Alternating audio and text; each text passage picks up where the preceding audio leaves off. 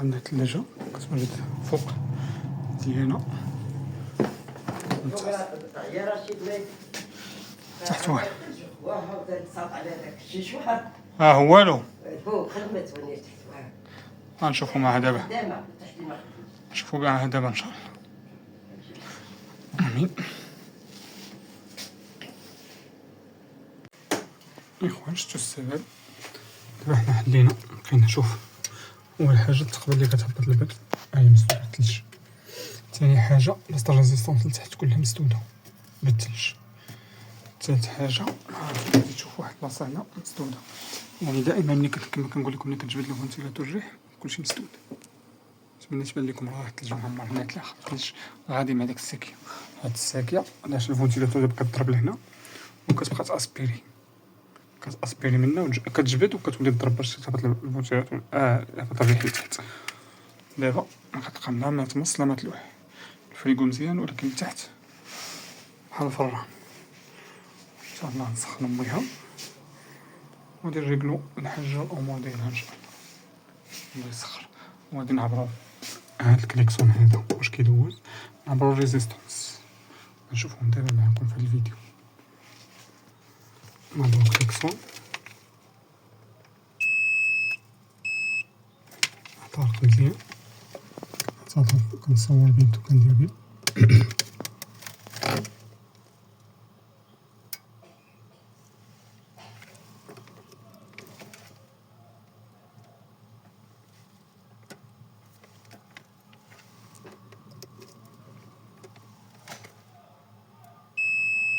مزيان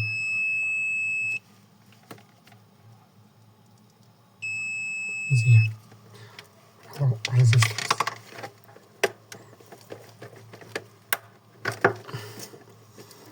كنحاولو الماتريكس ديالنا على الأم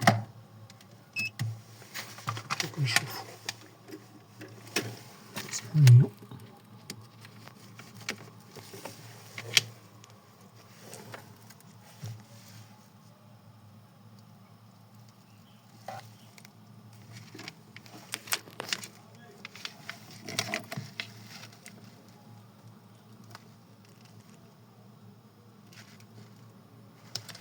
مزيان مزيان.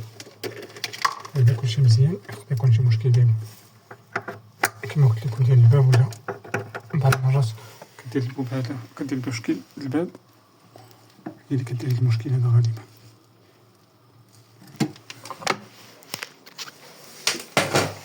كاين اللي فيه وجهونات الباب تا هما هاكا نشوفو من فوق واش مزيان.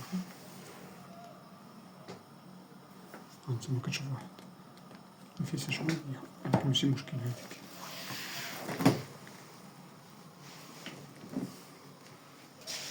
ديما كنراقبو هادشي هذا في الخدمه ديالنا الجوانات الباب. صافي الا كان هادشي كلشي مزيان كنديرو هاد الديجيفراج وكنمشيو بحال هكا. الا ولا دات المشكل داك الساعات وكنكون عندي واحد الريزيستونس انا كنزيد لهم واحد الريزيستونس هنا ديال الماء لتحت الا دوبت ونوريها لكم.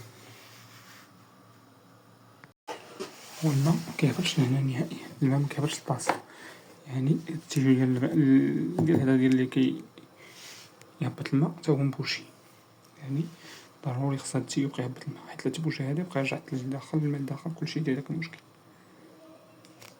هنا حنا كنضربو فيها تماره كانت الثلج واصل حتى واحد البلايص هنا خارج هنا خارج لتحت كما كتشوفو درت شياطين باش ميوليش الماء.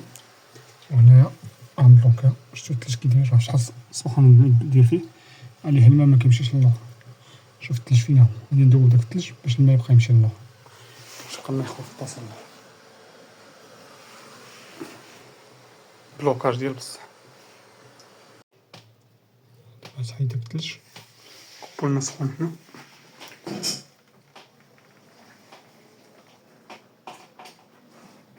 مازال مكيخرجش هو تسرح. شتو الاخوان شي وسخ كان فيه كنحابسو مرة بس باش طلقتو.